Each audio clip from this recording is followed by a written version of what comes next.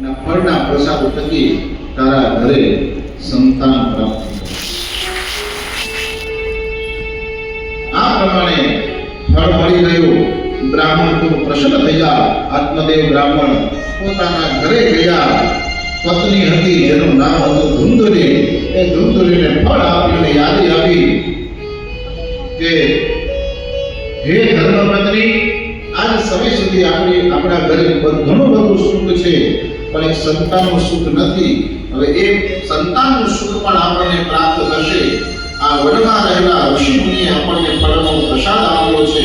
આ પ્રસાદ જો આપણે આરોગીશું તો આપણા ઘરે સંતાન થશે. આમ જ્યાં યાદી આપી, ધુંધુલીએ ફળ તો લઈ લીધું, પણ બ્રાહ્મણ પોતાના કાર્યમાં વ્યસ્ત થયા. ધુંધુલીએ ફળ મૂકી દીધું. ચિંતા કરવા લાગી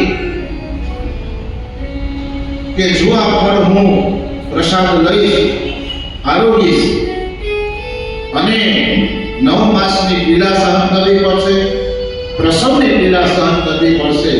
મારે આવી પીડા સહન કરવી નથી. આવા અનેક પ્રકારના વિચારો મનમાં લાવી ચિંતા કરવા લાગી. એમાં ધુંધલીની જે નાની બહેન હતી એ આવી ચિંતાનું યાદી આપી કે હે બહેન, આ ફળનો પ્રસાદથી અમારા ઘરે સંતાન થશે, પણ મારે આ ફળ ખાવું નથી, શું કરવું? ત્યારે નાની બહેને કીધું કે મારે પણ હમણાં સંતાન પ્રાપ્તિ થવાના યોગ છે. મારે પણ 9 મહિના પછી સંતાન થશે. એ સંતાન હું તને આપીશ અને તું અમને ધન આપજે. આમ બંને વચ્ચે યાદી થઈ. ધુંધલી બ્રાહ્મણ ને કોઈ ખ્યાલ ન આવે એ પ્રકારે ગર્ભવતી છે એવો ભોગ કરવા લાગી. આ બાજુ 9 માસ પૂર્ણ થયા અને જેવું ફળ હતું એ ફળ જે ગાય હતી, ગૌ માતા, ગાયની સેવા હતી, ગાયને ખવડાવી દીધું. નાની બહેનના ઘરે 9 માસ પૂર્ણ થયા. દીકરાનો જન્મ થયો અને દીકરો જે છે એ ધુંધલીને આપી દીધો. ધુંધલીએ ધન આપી દીધું. આ આખી ક્રિયાનો, આખા ચરિત્રનો આત્મદેવ બ્રાહ્મણને કોઈ ખ્યાલ આવ્યો નહીં. આ બાજુ આત્મદેવ નામના બ્રાહ્મણ તો ખૂબ પ્રસન્ન થયા, રાજી થયા કે ઘણા સમય પછી ભગવાનની કૃપાથી મારા ઘરે આજે પુત્રનો જન્મ થયો છે. બ્રાહ્મણ ખૂબ પ્રસન્ન થયા. આ બાજુ 3 મહિના પછી જે ગૌ માતા હતી એ ગૌ માતાને પણ પ્રસવ થયો અને એમને પણ એક પુત્રને જન્મ આપ્યો. પણ એ પુત્રની અંદર ફેરફાર એ હતો, આખું શરીર માનવનું હતું, પણ જે કાન હતા એ ગાય જેવા હતા. તો ધુંધલીના પુત્રનું નામ ધુંધુકારે રાખ્યું અને ગૌ માતા દ્વારા જે પુત્ર ઉત્પન્ન થયો એનું નામ ગોકર્ણ. બ્રાહ્મણ પોતે વિચારવા લાગે કે ભગવાનની કેવી માયા, કેવી કૃપા. અત્યાર સુધી સંતાન ન હતા તો કોઈ સંતાન હતા નહીં, અને આજે ભગવાનની કૃપા વરસાવી, ઋષિ મુનિએ કૃપા વરસાવી, તો આજે 2 પુત્રનો જન્મ, 2 પુત્રનું સુખ મને સંતાનનું પ્રાપ્ત થયું.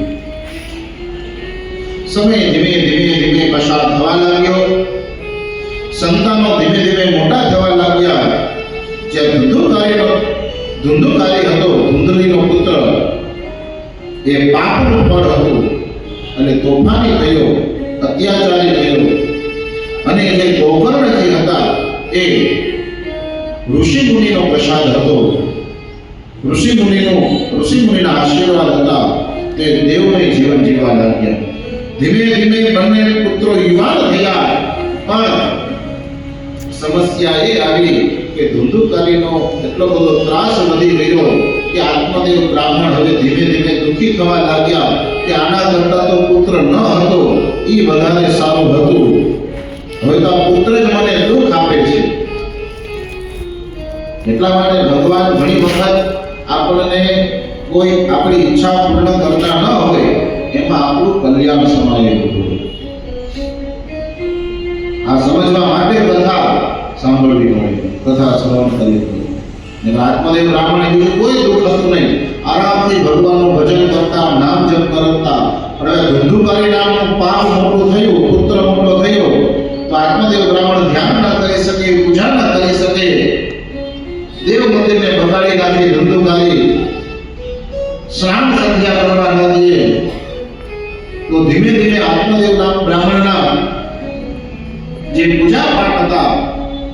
ધીમે ધીમે ઓછા થવા લાગ્યા, દુઃખી થવા લાગ્યા, રડવા લાગ્યા, ત્યારે ગોકર્ણજીએ કીધું કે હે પિતા, તમે મોહવશ થઈ અને આ ધુંધુકારીને તમે મોટો કર્યો, એનું પરિણામ ભોગવો છો. તમારે રડવાની જરૂર નથી. તમે ભગવાનનું સ્મરણ કરો, ભગવાનની કૃપાથી તમને મુક્તિ મળશે. આ પ્રમાણે ગોકર્ણજી યાદી આપી આત્મદેવ બ્રાહ્મણે ધુંધુકારીનો, ધુંધુલીનો, પરિવારનો આ બધાનો ત્યાગ કરી અને વનની અંદર ભગવાનનું ભજન કરવા માટે, કીર્તન કરવા માટે ચાલ્યા ગયા. બોલો વિચારો કેવી ભગવાનની માયા. આ એ આત્મદેવ નામના બ્રાહ્મણ હતા કે વર્ષો પહેલા સંતાન થાય એટલા માટે વનમાં ગયા હતા અને આત્મહત્યા કરવા માટે ગયા હતા. હવે ભગવાને ભાગ્યમાં લખ્યું નહોતું સંતાન નહીં થાય, પણ પરાણે સંતાન પ્રાપ્ત થયું. પછી એ જ આત્મદેવ બ્રાહ્મણ પાછા વનમાં ગયા. શેના માટે ગયા? સંતાનના ત્રાસથી મુક્ત થવા માટે. ઘણા બધા પ્રયત્નો કરી આપણે, કોઈ સંતાન, કોઈ સંપત્તિ, કોઈ પરિવાર, કોઈ સાંસારિક સુખ કદાચ આપણને મળતું ન હોય ને તો સમજો કે એમાં આપણું કંઈક કલ્યાણ છે. નકર ધંધુકારી જેવા આપણા ઘરે આવી જાય ને તો આપણે જે માળા 5 માળા કરતા ને 5 નામે ન લઈ શકીએ. માળા તો મુકાઈ જાય પણ 5 નામ પણ ન લઈ શકીએ. તો આ પ્રમાણે આત્મદેવ નામના બ્રાહ્મણે ગોકર્ણજી મહારાજ પાસે વિરામ લઈ અને વનની અંદર નીકળી ગયા. વનમાં જઈ ભગવાનના ભાગવતજીનો 10મા સ્કંદનો પાઠ કરી અને સમય આવ્યો અને મુક્તિને પામ્યા. આ બાજુ ગોકર્ણજી મહારાજ પણ સમજી ગયા કે આ ઘરમાં પરિવારમાં રહેવામાં હવે માલ છે નહીં. ઘણી વખત આપણા જીવનની અંદર આપણે વિચારવું જોઈએ કે પરિવારની અંદર જે એવા વ્યક્તિઓ આવી જાય કે જે તમને પૂજા પાઠ છોડાવે, ભગવાનનું નામ મંગાવે, સમજવું કે હવે અહીંથી આપણી લેણા દેણી પૂરી થઈ છે. આપણે બધા છે ને લેણા દેણીથી આવ્યા છે. બસ લેણા દેણી પૂરી થાય એટલે એ જ પુત્ર કે એ જ પિતા કે એ જ માતા કે એ જ પરિવાર એકબીજાનો શત્રુ બને છે. જે સમાચારમાં સાંભળીએ છીએ આપણે, તો આખો આ સંસારનો જે ખેલ છે એ ખેલ કેવલ ને કેવલ લેણા દેણી ઉપર છે. એકબીજાનું ઋણ પૂર્ણ થયું એટલે સૌ પોતપોતાના રસ્તે નીકળી પડે છે. આત્મદેવ બ્રાહ્મણે પોતાનો રસ્તો કરી લીધો, ભગવાનનું સ્મરણ કરી અને ભગવાનની અંદર સમય કર્યો.